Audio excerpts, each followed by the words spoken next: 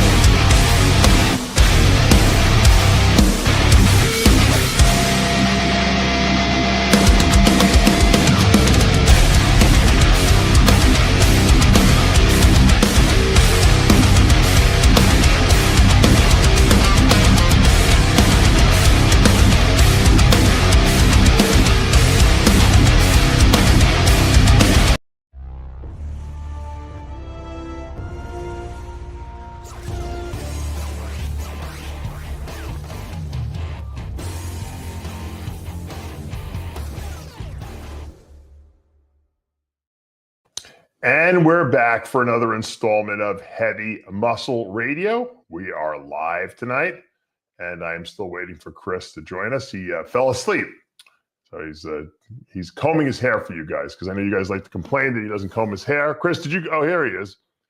Did you comb your hair for these guys, Chris? Hold on, let me bring him in. Did you comb your hair for these guys? They want to know. No, I was too busy winning the Detroit Pro. Shut that light off behind you. Anyway, I was just telling people that we're going to have special guest Matt Greggo, who's we are, because his flight was delayed. So he said he's going to hop on with us. So I'm just waiting for him to. I sent him the link. He won the show. What do you mean he's a moron? That was a very big win for him, because Wesley Vissers came back considerably better than he was in the Arnold.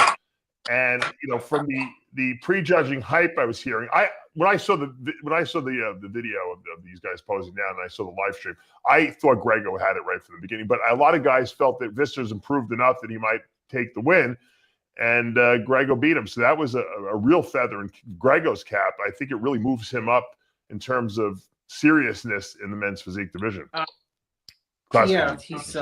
was a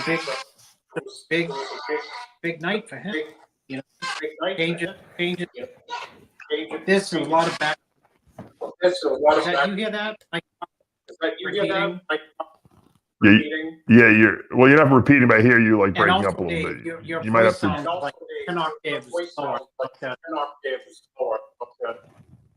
Does anyone else hear? Who sounds bad to me? Is it my voice or Chris's voice, guys? Yours. It's probably mine. Let me make sure I'm. You can't have both. It sounds like it's. Your voice sounds. Oh, it does. Every time I can. Still sounds bad. All right, you keep talking. I'll sign out and sign back in. Okay. So Detroit Pro, well, Dave's going to go through it, but what a well-produced show, simply because I actually have one criticism. It was a great show, free live stream, which is always nice. You can be cheap and watch an IFBB Pro show. They gave out great prize money, which was nice. They played Kiss in the background for the pose down. But they could have, the only improvement that they could have had is allow Ian Valier to play music. They played the music. It really gets me. I'm going to go. Maybe it's you. Yeah. Let me. How do I sound in the chat there? Do I sound okay? Let me remove Chris. How do I sound, guys? Do I still sound like Andre the Giant, or was it Chris? That was the problem? I sound horrible still? I don't know. I can't figure out. I may have to reboot. No bueno. They're saying I'm not good. I sound like Darth Vader. That's what, Do I still sound like? I thought. All right, I'm gonna reboot. You keep talking. I saw Matt Greggo pop up for a second, then he disappeared. Okay, I don't know maybe what it was just impersonating him. No, tell the story about. I'll tell a great story. Tell Matt Greggo's story. Okay, the Matt Greggo story is that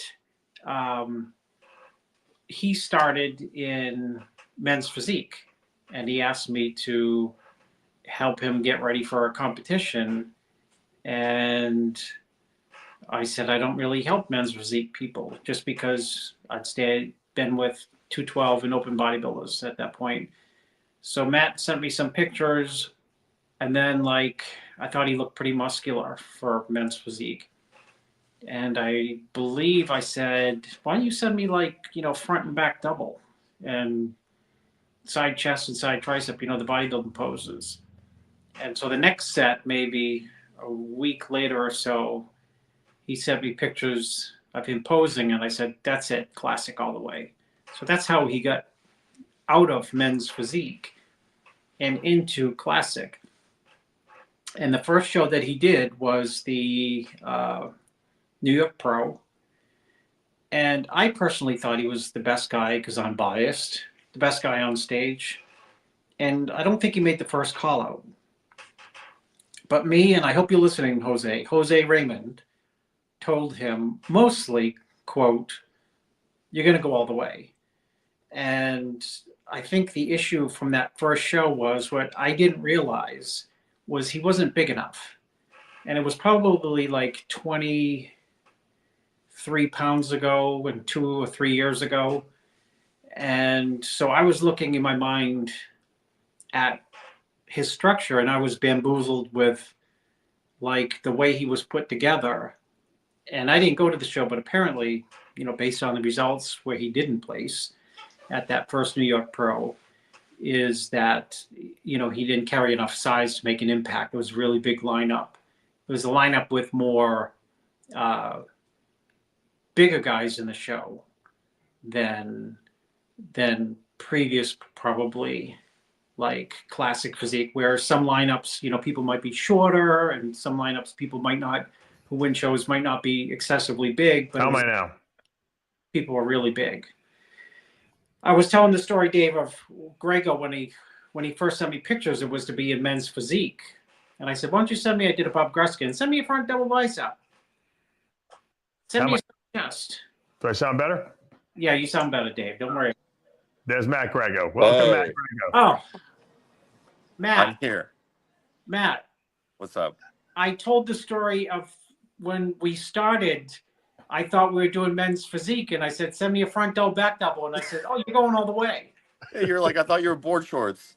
Yeah. And then after that,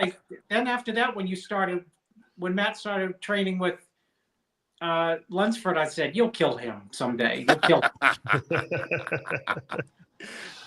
I had to ask you, Matt, just right off the bat, how did it feel when they did that, the King of Detroit, when you got to pose down against Bonac? Was that kind of cool? That was really cool. I wanted to, because Full Academy is hey, the winner is going to be posing with the open guy and a pose off. And yeah. I had a big smile, let's do it. I want to do this. What a great idea that was. I'm so happy he did that. And, he got away with it because he called it the king of, what do you call it? The King of Detroit? Yeah. And it wasn't a judge thing. It was just for the fans type of thing. Let me see. That was a lot of fun. Oh, it was brilliant on his part to do it. And thank God someone finally did it, because maybe now more people will do it, We'll see. I think it will. There it is right there. You were holding your own too. I got to be honest with you. Chris, did I take any shots from him? Front and back lat spread. Love it. It definitely was not a blowout. It wasn't a blowout.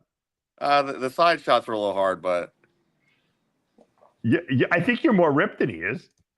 You think? I don't know. I think you are. He's got that great. He's got that freaky bubbly muscle. The dense bubbly muscle.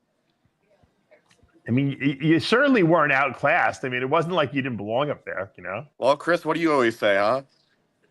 I don't know what I say. What do I always say? I don't know. You're always making jokes about open. Oh yeah. well, I've always said from. How close is he? I mean, what are you having trouble making weight? Eh. Is he at the limit? Are you at the limit? I think we could still add a couple pounds. Do you agree, Chris? Yeah, to still be at the limit, but you're at the limit on the scale. And how old are you, Matt? 30. All right, so you're young, so you probably could. Do you have any aspirations to go up to the Open?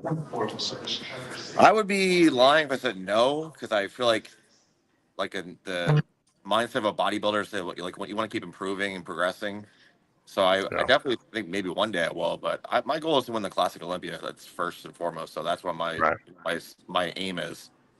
Right. Look, I mean, you just knocked off Wesley Vissers, who arguably was the number 2 guy last year. You know, after winning the Arnold. So I think this was. I would say this was one of his best packages ever. Period. Yeah, his problem is that his upper body's really good. He's got like I thought you knocked him out because in the leg department. You know, I think you take him out in the legs because his legs are a little weak for his upper body. And for some reason, he has like really small glutes, and it doesn't balance, his height. Your glutes are like freaking like crazy. They're too big. They're not really too big. They actually work for your body. I don't know why they do. Chris, do you think they're too big? They're like Bonac glutes. The judges love glutes and hams. You know that, Chris. You've been saying that for 20 years, as long as I've been doing this with you. Yeah. Well, when they started Classic, I said it's going to become a glute and ham show at some point, right? You did say that. You said if they change the shorts, it's going to be glutes and ham show again.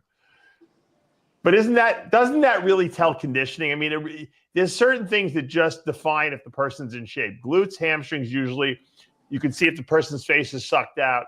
There are just certain things that say, yes, this guy suffered, and although, Matt, I have to be honest with you, from what Chris told me that you've been eating, you really haven't been suffering too much. Of course. It's all relative, okay? The calories don't feel like the calories. No, I know. Exactly.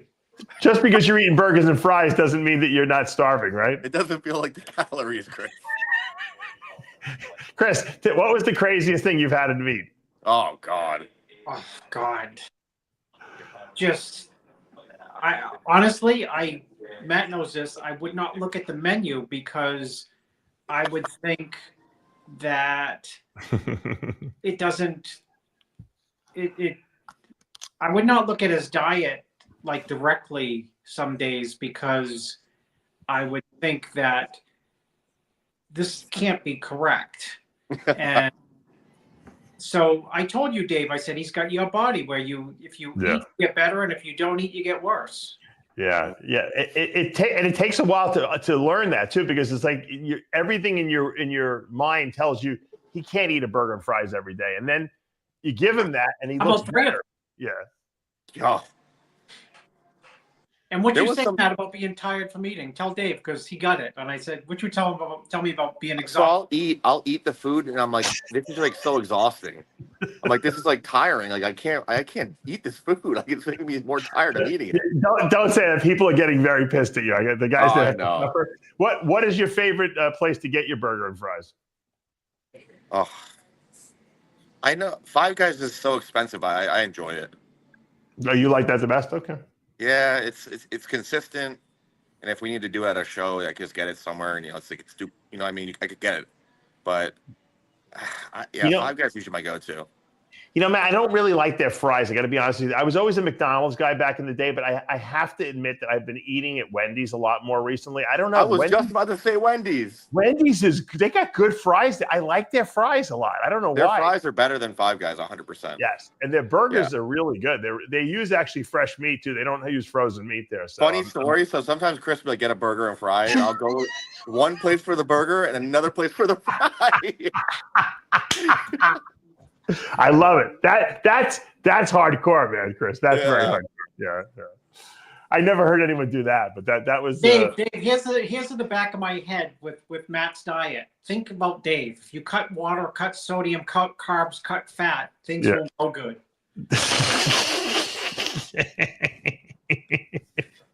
He does. He doesn't cut anything, right? Were you even doing any cardio? We didn't do it. Did we do any really? No. Wow, that's great. That's crazy. Who's that sound like, Dave? I hate asking like how many chicken breasts you eat because that's like a boring question. But for you, because you eat so much food, like what's like a typical like eating day for you to maintain, so you don't like disappear?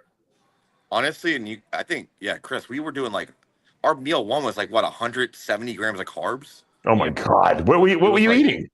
It was. The orange box of cream of rice? You ever see that one? Yeah. I was eating like more than half of that in one shot.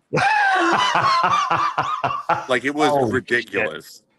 Shit. That's crazy. It was wild. Were you having trouble getting the food down, or were you hungry?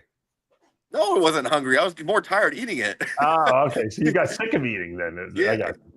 I mean, I would be hungry at night when we pulled the food back a little bit, but no, during the day, it was more just me being exhausted than I was hungry. You know what the funny thing is? You're eating an enormous amount of food, and it doesn't look like it. You have like a very small, flat waist. It's your body just freaking incinerates this food. It's unbelievable. Chris and I had this joke. It's like, he's like, you ate 12 pounds of food and you gained 1 pound. Yeah, he told me that one day. It makes no sense. Dave, you just used the exact word that Matt would text me as incinerate. He would say, I think I'm incinerating this food. They always say that mass and energy is conserved, isn't it? Like so the food must be just turning to pure energy. That's the only thing it can turn to, right? It's like, and as Einstein said, energy equals mass times the speed of light squared. So that's a lot of energy it's releasing. You must be like freaking like a furnace. What do you sleep with, a fan right in front of your face? Yeah, I need it to be cold, and like I tell Chris I'll be eating a meal, I'll just sweat. Yeah. Yeah. Do you like suffer on the airplane? Like, are you like sweating your balls off on the airplane too? Yeah, like when I get a haircut, I tell my barber, like, I can't, like, you can't keep this thing on me too long. I'll start sweating in the chair. Like, I was going to say, because all that energy, I mean, those calories have to be burned and released as fuel, as heat. Yeah. So, I mean, that's crazy. Yeah, that's a good problem to have, Yeah, it is. So what's the goal now? You going to shut it down till the Olympia? Yeah, Chris and I think we can really make a big impact at the Olympia if we just put the tissue in the right places, specifically my back. I feel like that's really the spot of focus. And, if we keep competing, I don't feel we'll be able to do that, because what people kind of forget is that when I went from Physique to Classic, I just jumped into show after show after show. I think, Chris, we did 13 shows since 2023. So I haven't really had a break. Right. But what the good thing is, you're not really restricting food. So it's like, it's not like some guys, if you're dieting all year round, you get burnt out, but you're not really dieting. I mean, you're eating an enormous amount of food. So it's not like your body is going to get burnt out from doing this, Right. It more so mentally, like this. Even the thing of like the mindset of having a target date. It's like, I feel like the fact that I can just kind of take a step back and just some time with family and my girlfriend and everything is going to be important. Right. I feel like that's going to allow me to bring my best ever by a mile to the Olympia. Matt, tell the Tyler story. Which one? I know. How many stories do we have? When he said you got to bring up your back, and when I was standing there, I didn't know you were talking to him. I don't remember that one. Oh, there was after the Olympia. Tyler said you got to bring up Tyler Mannion. He prefaced it was, "Wow, you look great. You got to bring up your back." And Matt turned to me and said, "I talked to Tyler." And I said, "Yeah, what do you have to say?" And he said, "I have to bring up my back." And I said, "That's it?" Yeah. I was like, so I told, that got translated into, I told Fareed, like Matt, here's me embellishing. Matt talked to Tyler. What did Tyler say? He said his front double, lights out. Abs and thighs, side chest, lights out. Like, you got to just work in the back. So I'm like, all right, I could do. Only work on the back. Yeah. Hey, and honestly, I have the best training partner in the world for that. So God bless. Yeah, Derek Lunsford's not so bad. Yeah, to having your back in your corner there. How crazy would that be if one day both of you were Mr. Olympia? That would be pretty cool. I mean, I think it's possible. It is absolutely. You know, it's. I mean, you were third place at the Arnold, which really, I mean, was tremendous for you. I mean, to me, that was an achievement of a lifetime. I mean, because that put you into the conversation of potential Olympia champions. Obviously, you beat Wesley here. At where he was much better than he was at the Arnold. Obviously, he was almost comparable to where he was when he won the Arnold.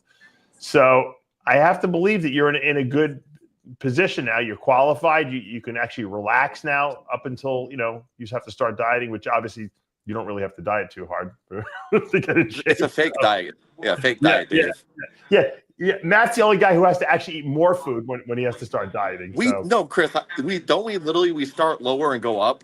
Yeah, if you go up, I say, and you eat the 12 pounds of food, and you say, I gained a pound. I said, yeah, a lot of fake food around these days.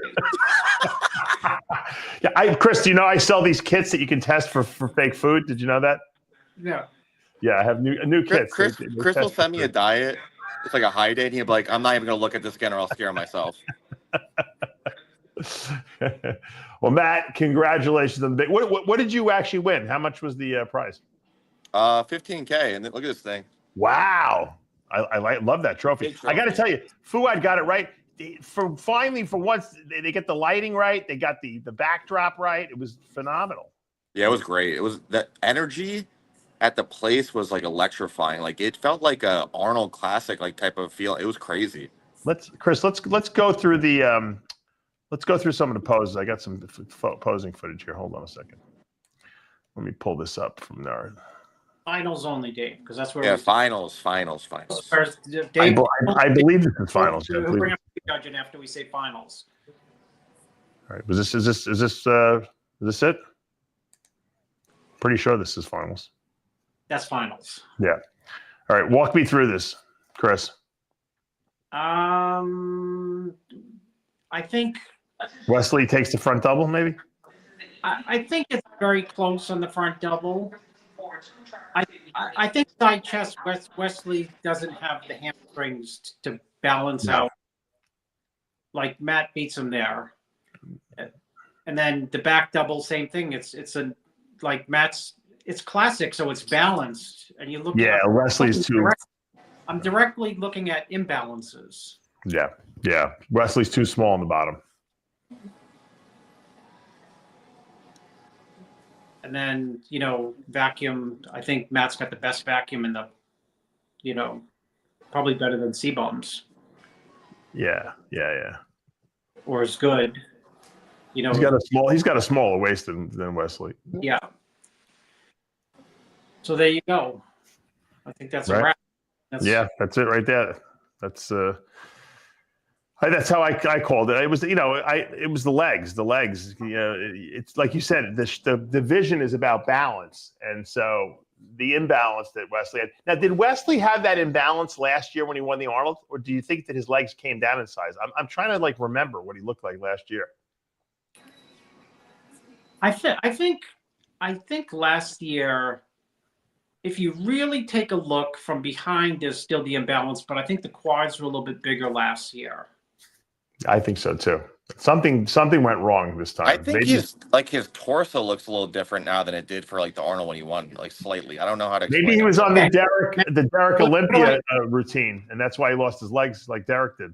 No, I always say you have great, and his torso is like when he won, his midsection, hips left to right, looked more narrow than they do now. So when he hits a front double, the arms are tremendous. And the lats are really, really good. They're tremendous. And then this year, I think left to right, the hips look wider, which of course they're not. Your hips don't get wider, but they look wider when he has a vacuum than they were, I think, last year. To me, Chris, he looked like he over dieted for the Arnold, and then for this show, he he ate his way up to try to get the size back and fill out. His upper body filled out, but you can't get the legs back in 4 weeks. It's not going to happen. It didn't happen. It took Derek, 2 months, 3 months to get those legs back. So I think that it wasn't enough time, for Wesley. Now he says he's going to shut it down. He's not doing the Olympia this year. I'm assuming he just did this show to satisfy because he signed the contract. So I think he needs to focus a whole year on just building those legs up because, like you said, his upper body's amazing, but if he can't balance it with his legs, then he's going to have problems. Guys, my plane's finally here. I gotta go. Go. Thank you, Matt. I appreciate it. Congratulations on the big win, the paycheck, and the qualification for the Olympia. Thank you, guys. All right. Talk to you soon, Chris. Take care. Bye. That's there he was. There he is, Matt Greggo. Very happy man. Yeah, that was the funny story with Tyler, and there was another funny story I wanted to share. Dave was, I think that was probably the one is when because he has a positive outlook on things. I wanted to over positive it when he won the New York Pro.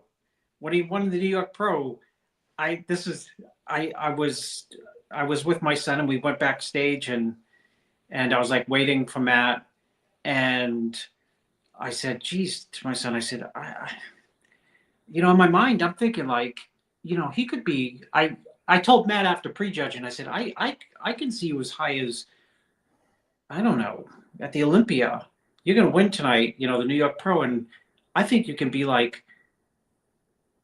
top 5 or 3, 5, 3. And some official, not Steve Weinberger, who was, we know, I'll tell you off camera, Dave. Yeah. It's not Mannion, it's not Tyler, but it's someone we all know, everyone knows.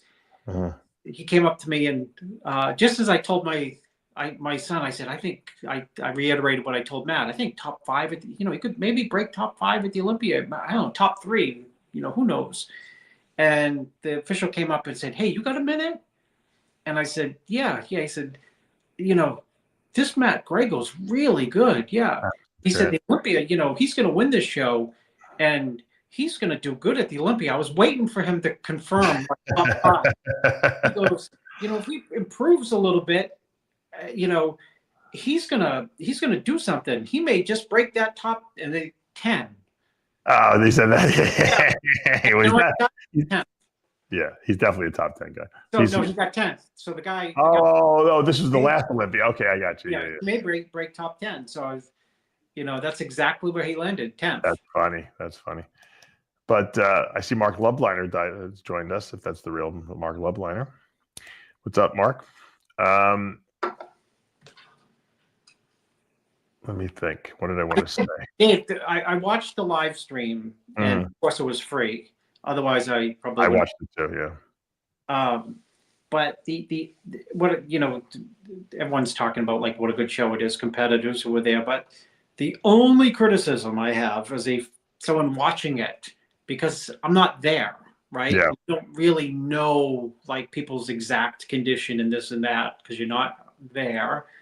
But you get a really good idea is they should let Anne was doing like the commentary and Valier and someone else, and they would play the music over the commentary, or they wouldn't. I don't know if they had a snafu with the commentary, but they should let like Anne just ramble because it was very insightful on what actually is taking place in the comparisons. Yeah.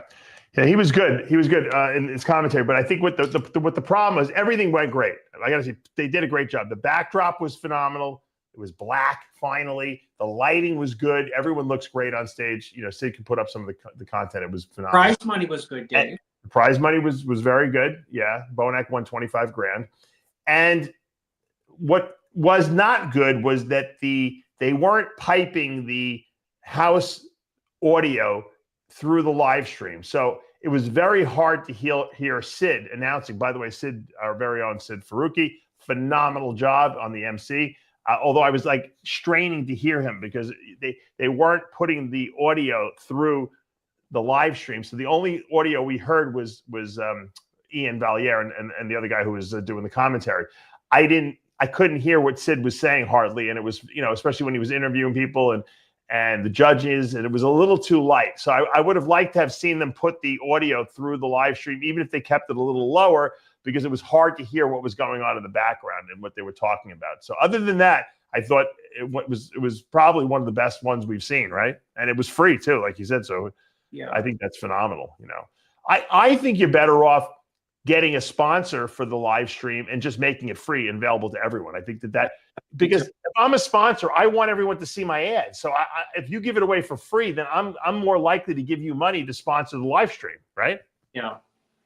So that's just my thoughts on it. So it was great. Now let's talk about Bonac. Bonac looked great. I got to say, and I said this before, Bonac,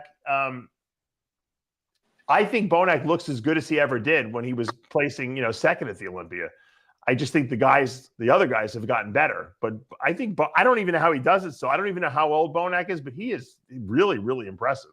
Yeah, Bonac, and a little pause.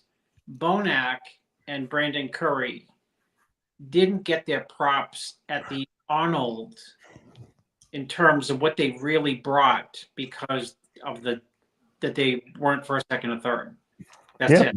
The guys are just better than when they were placing first and second. It's funny because people were just, texting me and said, a couple people I really respect in the sport said, Bonac. And I said, yeah, he didn't really get his due from like fans, so to speak, or even quote experts at the Arnold because the placing, the placing was, all the talk was, of course, on the top three and not Bonac and Brandon Curry. But get back to Bonac, he looked incredible. If you follow this show last week, Dave, I predicted him and Matt would win. Yeah. And Bonac's 42 years old. Yeah. Well, he's probably, man, he's impressive. He's impressive. He's going to be 43 in May. So, I mean, that's no spring chicken. And he's as good as he's ever been. Yeah. If I were him, I would go do that Masters Olympia. Oh, God. Yeah, well, Brandon's doing it. Look at the Showdown. I mean, Brandon's talked about it. It would be a repeat of the Olympia from 2019 if they both do it. Crazy. I mean, he's crazy not to do it, right? I mean, he's the best he's ever been. This was a great look for him. It was, it wasn't as dry as I've seen him, but I think he looked better here. The only thing I don't like that Bonac does is he leans back a little too far on the double bicep pose from behind, and it creases his lower back a little bit. He doesn't have to lean back that far on it. And but the guy's incredible at 42, 43 years old. You actually, which I don't really pay too much attention. Look at this. The posing routine is really, really, really impressive because in the posing routine, besides, he has a lot of versatility in the poses. Mm-hmm. He looks good from so many angles, which is rare for people, which is just a testament to how much muscle he carries. I mean, look at this pose. He's good. He's so impressive. I'm telling you, if this was 2019 again, he probably missed Mr. Olympia. There were no Hottie Chopins back then. There weren't, he was a 212 guy. There was no Andrew Jack. There was no Samson Dowders. There was no Derek Lunsford was a 212 guy. So, I mean, the landscape is different today, and that's why he's having trouble. But he's as good as he's ever been. So I would love to, like I said, he should do the Masters Olympia and then do the Olympia after that. But at this point, pull a Milos, do everything. You might as well clean up, make some money. He made 25 grand here. That's a pretty good payday for Bonac. A Masters Olympia with him and Brandon in it is a legitimate, impressive. Yeah, it's a real show. No, it's impressive. It's a legitimate showdown for that title. It increases the prestige of the title because a lot of times when you think Masters, you get people in it who would get absolutely waxed in a pro show, and that wouldn't be the case here. Yeah, I mean, you get a guy like Bonac and you get Brandon there. You're not going to get someone like Kai Green's not jumping in that show against these guys. I mean, these guys are still at the prime of their life. So it definitely, like you said, raises the value of that show tremendously. So yeah. I loved that that Fouad got these guys on stage together. I look, the open guy is very, unless he's Bumstead, is not going to lose to the classic guy, but it was still fun for the fans. I think that these bodybuilding shows have lost some of the fun factor. And I like that Fouad did that. I like that he threw up Samson Dowder and Martin Fitzwater up on stage to do a little impromptu guest pose together. And I think that made the Detroit show a much more fun show than we've seen in a long time. And that's what's desperately needed. I think also Fouad took all the, critiques that he's heard, as far as lighting, backdrops, and he just put it all into the show. He said, you know what, I'm sick. He probably said to himself, I'm sick of hearing all these complaints and all these, and I'm complaining about this stuff. I might as well do something about it. It's my show. I can do whatever I want. And he did it. And it worked out well. And I'm hoping that other promoters now see the same thing and say, hey, you know what? I'm going to take some of these cues from what he did. If he can do it and get away with it, I'm going to do it too. And that's going to make people want to go to these pro shows. So he gave away a good amount of money too, especially for like a regional pro show. It's not like this was New York Pro. It wasn't, the Pittsburgh where he's got big time sponsors, but he gave away a sizable amount of money that attracted a good lineup. And, you got guys, you got Matt Greggo qualified now. You got Bonac qualified for the Olympia. And it was, it was within the month of the same month that the Arnold took place. So he got a lot of, people coming off the Arnold who wanted to, hit another show and qualify. And I think he did a great job with it. So I told Greggo, I said, he said, I'm going to pose down with Bonac. I said, okay, pull an Arnold and tell him after you go through the rounds a couple times, tell him, okay, that's it. Let's get off stage and then you can stay. Maybe Arnold will do that next year at the show. Yeah. Dave, you don't forget, please, to put up a video of Sass Haradi from the show. Oh yeah, let's show Sascha because he did look really, really good. Hold on, I was putting him up anyway. Thank you for reminding me. 8 years off, 9 years off. He had 9 years. He was gone. Let's see, New York Pro 17. I think he did the Cal Pro the same year, or 18. I don't even know. 19, 2020. It's got to be at least 6 years. Wow, I didn't realize it was that long, Chris. People who make fun of my hair in the would know. And that's Sass. There's nothing you could have done better. If Sass would have won, you would have had the double win, but you just missed it. Double header. I mean, Bonac was in another league by himself, but I mean, Sass really, really made a lot of improvements to his body. What has he been doing the last 9 years? He's got a family, so starting a family. I mean, that's basically it, right? Yeah. Well, can you imagine you competing, Dave, with 3 kids? No, but I'm just saying. I mean, he obviously. He always trained. And did he have any kind of problem? That he just wanted to, he hadn't, sometimes guys just have some hardship in their life. No, he had his focus on, he got married, had created a family and put competitive bodybuilding on the back burner for a long time. And wow, came back to it though. That's great. It's amazing. Yeah, he was 2018 top 2 at the Cal Pro, and then top 4 at the M Pro. I thought we were going to see him do some serious damage, and he disappeared. I figured he probably got hurt or something like that, or something happened to him. I didn't realize it was just stepping away. That's a very unselfish move. Bodybuilders are not very unselfish usually, so it's not really something you would see. Hey, you know what? I'm going to step away because I have actually a family that I'm raising now. Yeah, most guys would do it anyway. So. I want to just mention that we had a couple of people passing in the community. Jerry Montanari died. Did you see that? I saw that this morning, and what a great person. Yeah, they used to own the. It used to be a powerhouse. I think they call it the Super Gym now or something like that, right? They used to bring in guest posers. They treated guest posers tremendously. They they were like the Weinberger's gym of the Connecticut. Yeah. Passion. I've been up there. It's a beautiful gym too. Yeah. So, very hardcore.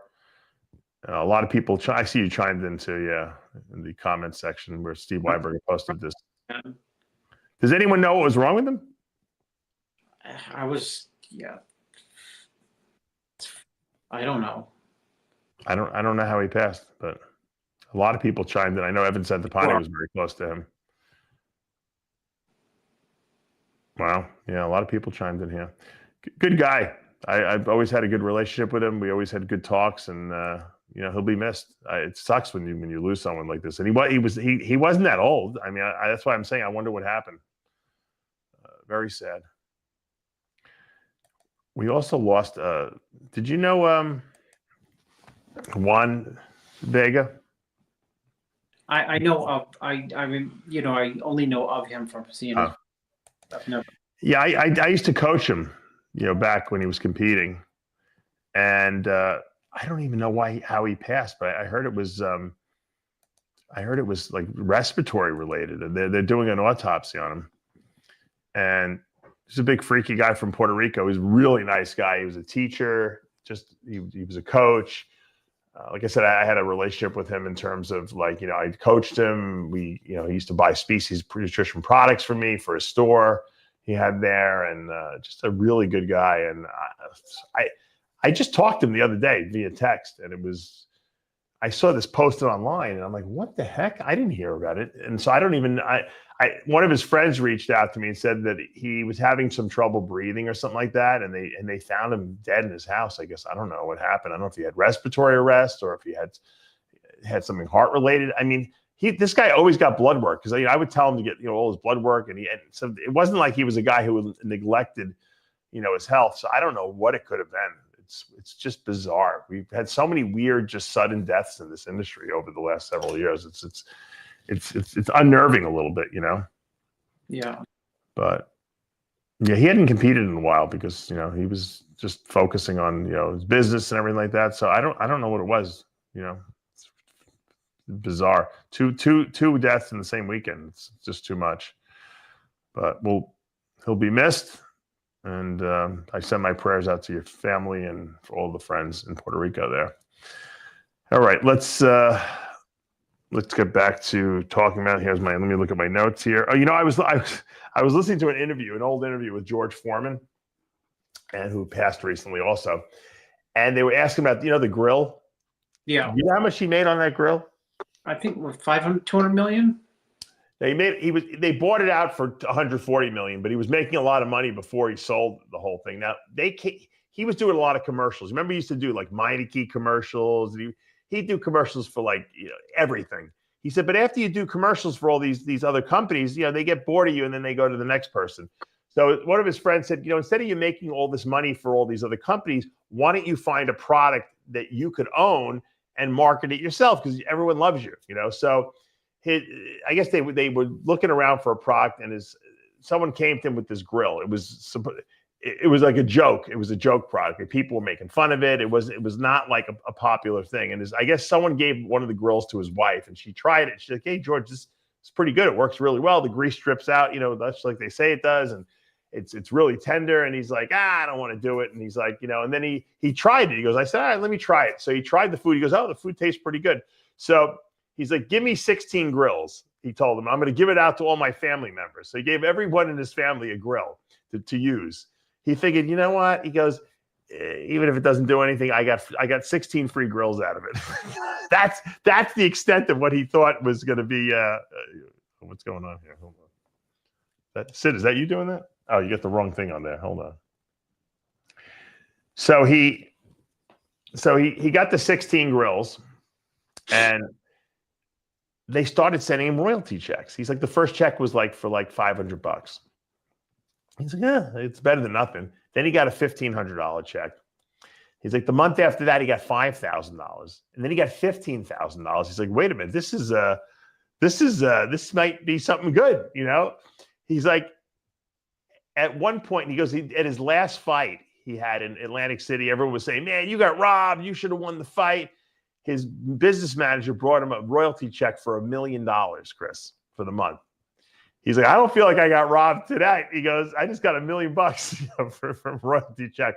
He's like, the highest for a few months they were getting $5 million a month in royalty checks, Chris. And then they sold the grill for $140 million. But you know, a lot of people don't realize Foreman got back into fighting not because he wanted to be heavyweight champion, but because he had no money.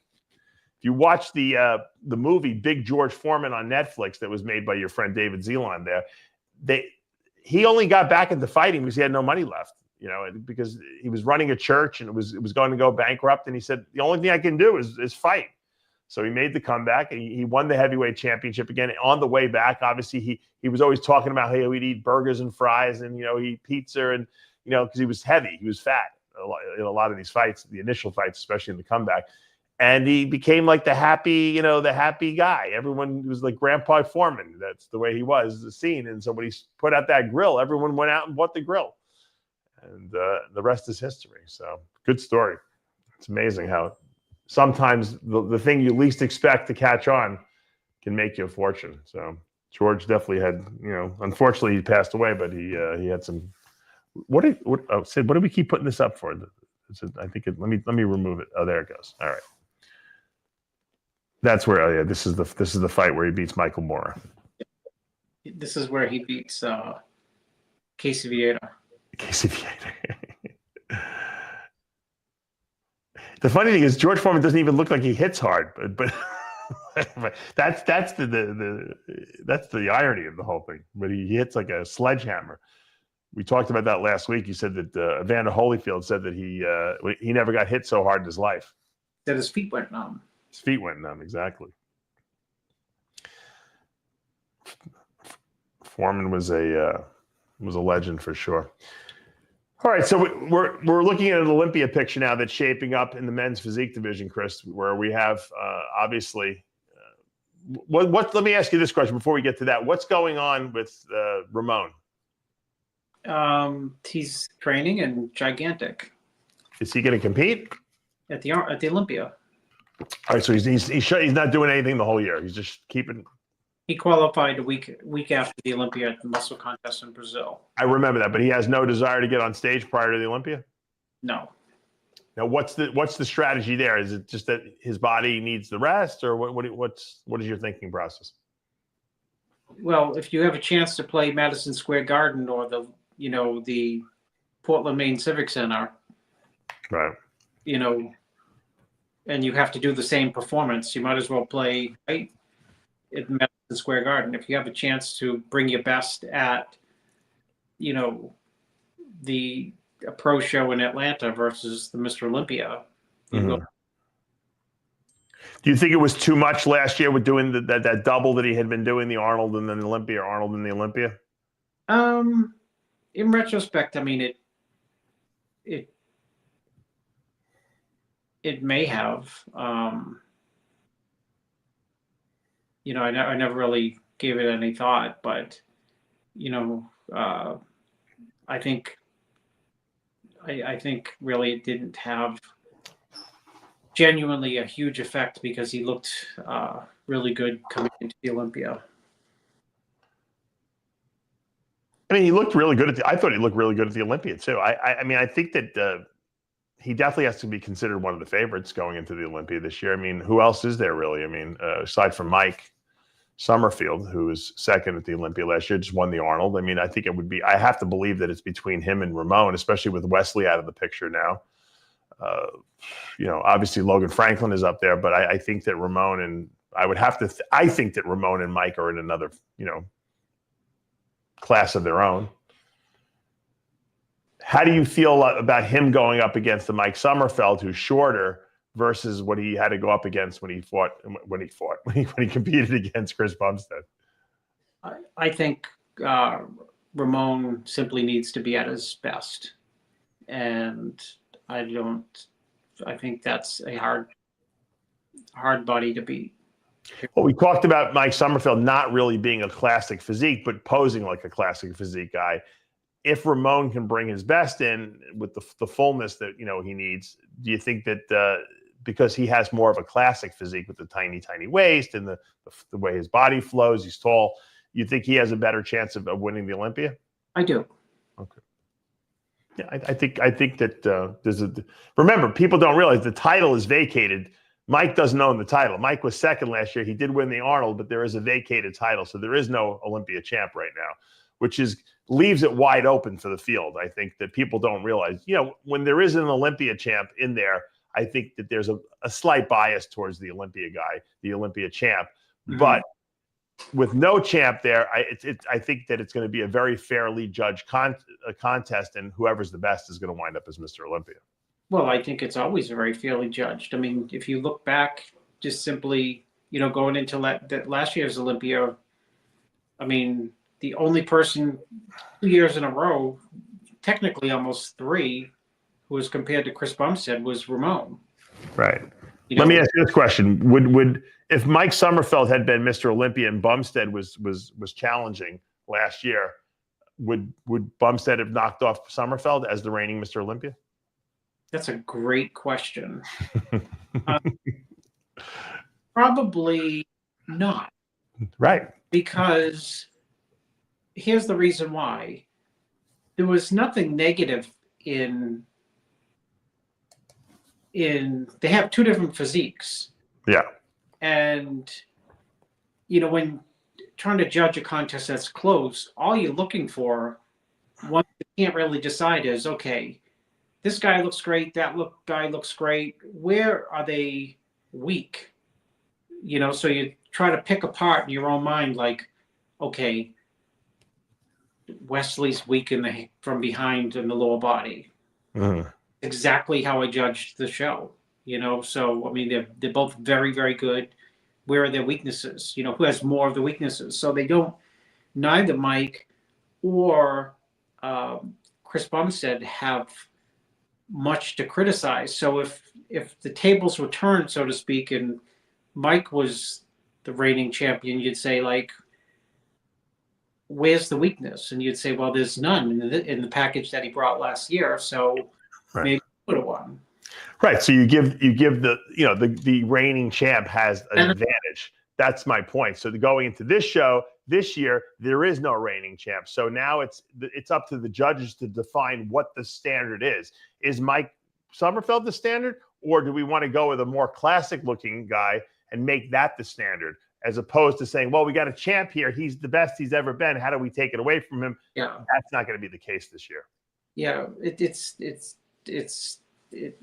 It's going to be a great show, and to answer that question, they'll know it when they see it. You know what I mean? Yeah.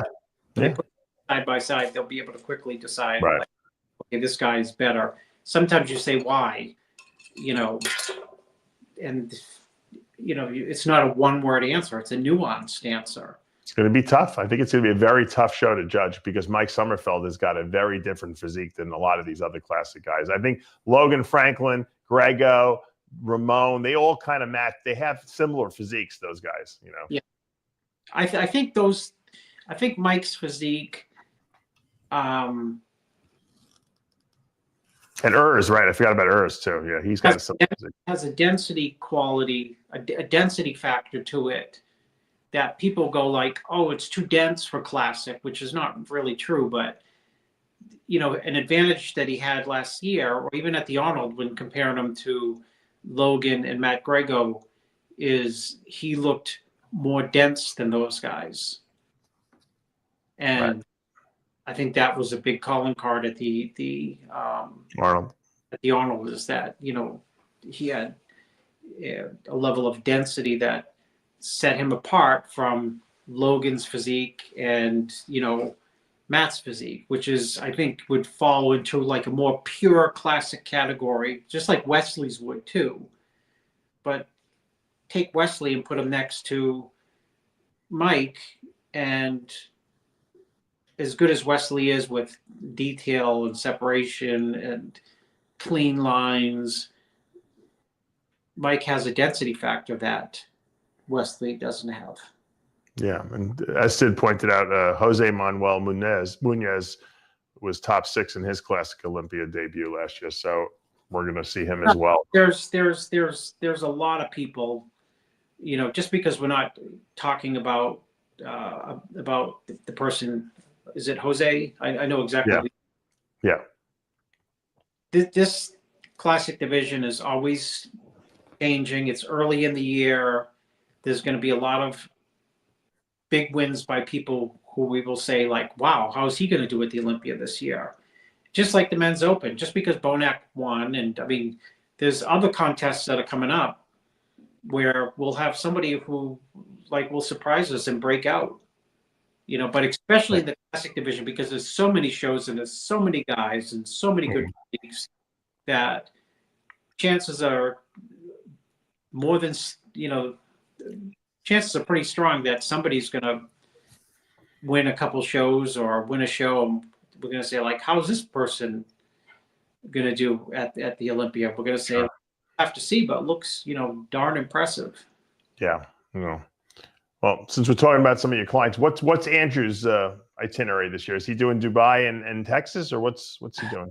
I don't know. He's training and eating a clean diet and trying to figure out, you know, show-wise where he's going to go next. I mean, is that where he's thinking about? Is he? Because I know he seems to like that Texas show an awful lot, but he hasn't let me know really. I mean, he's in really good shape. So would he jump into Pittsburgh and New York, or is that a possibility? No, I think those probably require more fiddling with. I think the visa issue comes into play there. Oh, okay. I'm pretty sure he's on a Nigerian passport, so he gets it down to Texas every year, no problem. Well, I mean, Andrew's a prepared person, and he picked those shows specifically way in advance, and you know, get the paperwork done way in advance. So maybe Freddie he'll show up for Texas 4th year in a row. Yeah, that would be. Freddie would love that, man. I think he goes there just because he wants to hear Sid announce him as the winner. That's what it is. Sid does that show every year. He MCs it. So we're going to see Nick Walker. We're going to see Martin Fitzwater, who we got a little preview of in Pittsburgh. We're going to see. So what's the date now on the Brazil Arnold show? Weekend next Saturday. Oh, it's next weekend. All right. What's going on with Goodvito? How does he look? He looks good. He looks great. He looks good. Oh my God. Great Vito. He looks very, very good. You know, he's gonna. Sid, what's the lineup down there in Brazil? Do we have a lineup yet from these guys? I'm going to Brazil tomorrow night. I'm just kidding. Are you going to be there? I got to tell you, there it is. But the only pulled my visa after Ramon Sweat on stage. Yeah, they did. Yeah, you got to. I think my you have to get a visa there. Yeah, I think my visa might be no good. I think 23 was the last year it was good for. It was only good for 10 years. You have to apply for a separate visa in addition to a passport when you go to Brazil. I got to say this though. I was looking at this picture of Goodvito. I'm going to pull it up.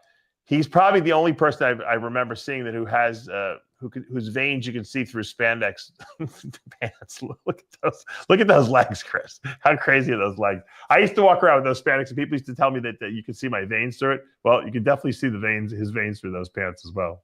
Oh, that's funny, Dave. I was looking at the guy in the white shirt, and I'm like, Dave, that's not Goodvito. No, look at those legs popping. Those are like Big Ramy legs. They're definitely more separated than Big Ramy's legs were.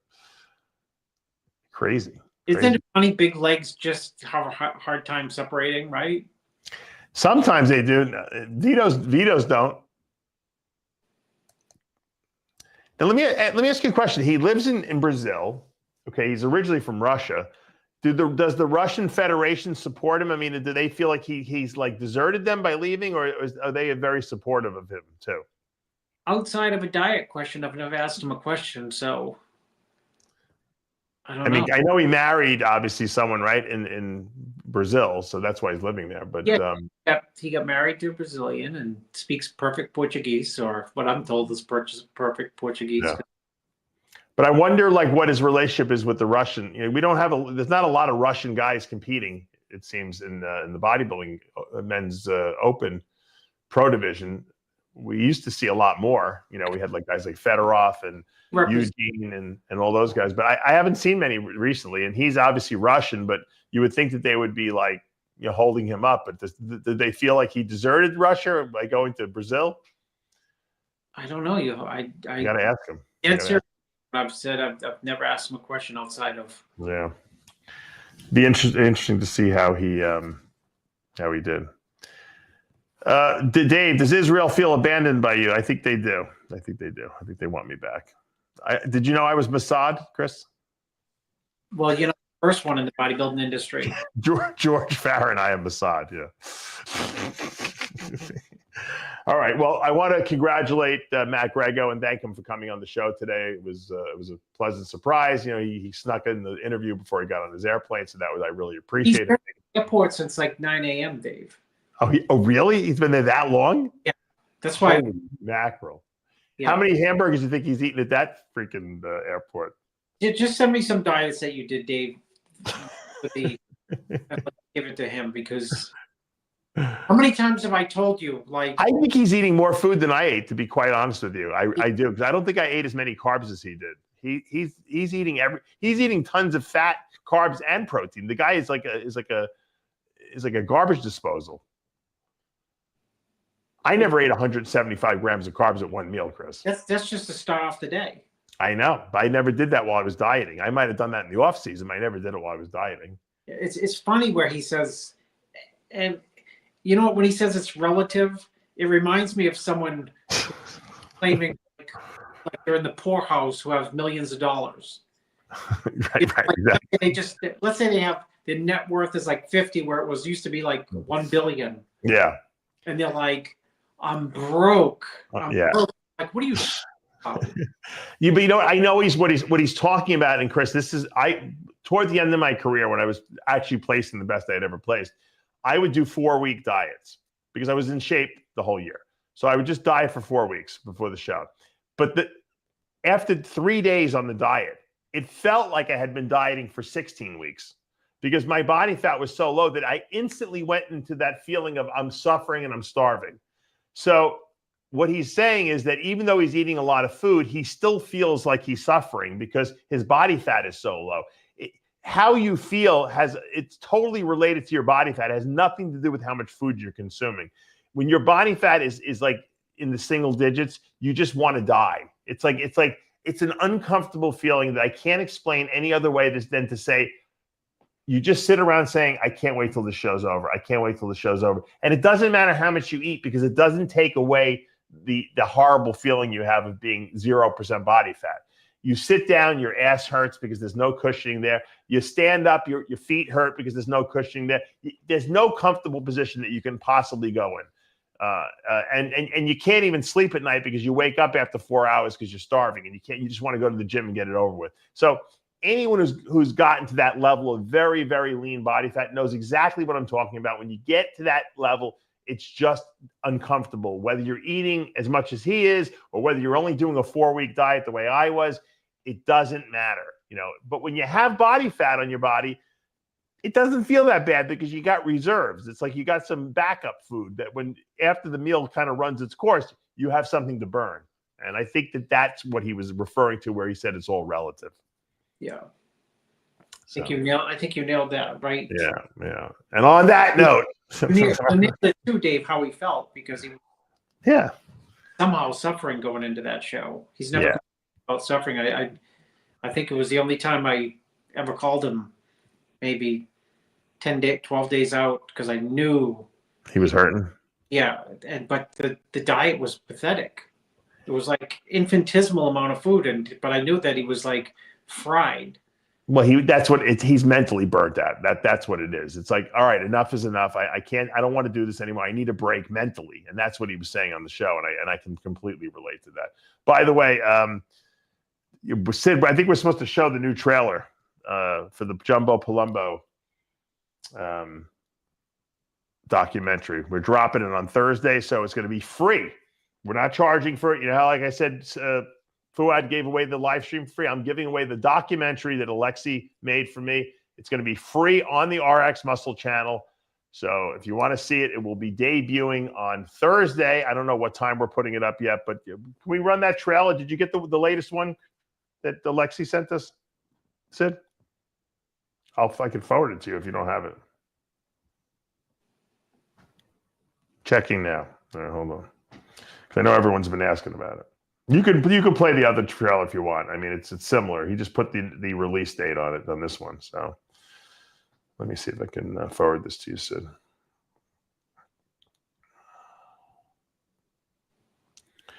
The Jumbo Palumbo song, by the way, is topping the charts, Chris. It's debuting at number 3. Probably by Thursday, it will be at number 1. I'm just wondering if you're going to get the Foreman some royalties. I don't even own the Jumbo Palumbo song. Alexi, the guy who did the video of me, he made the song. There's some variations on it too. The Jumbo Palumbo song. When you watch the documentary, you'll see it at different points of the documentary. There's different versions of the Jumbo Palumbo rap song that they sing. Sid, did you find it or no? If not, just play the other one. It was probably my fault. I should have sent you the new one. If Barry Manilow was alive, Dave, we could get him to make the. Is he still? I think he's still alive. Oh, sorry, Barry. He could do the jingle for the movie. The jingle. Because the jingles. That's how he gets started. That's right. He did. You're right. All right, I'll show this one. How's everything with you? What's going on? Yeah, I'll call you another time. I'm recording. I have a guy doing a documentary with me.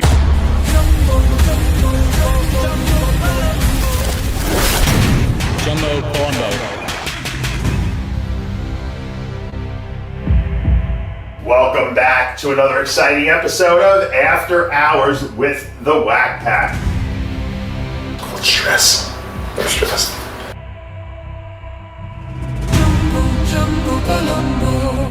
Almost 6 surgeries in the course of a couple years. Now I'm finally back.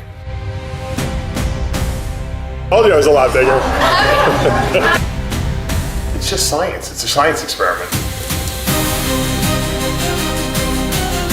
Back in the 80s, 90s, we're a little bit more hardcore, I think. We're all about the iron, the steel, hardness. Now we've softened up. Saliva would start running in my mouth. I'd be swallowing it. Jumbo Palumbo.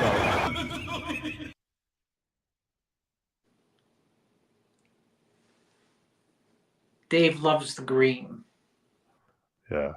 You love green, Dave.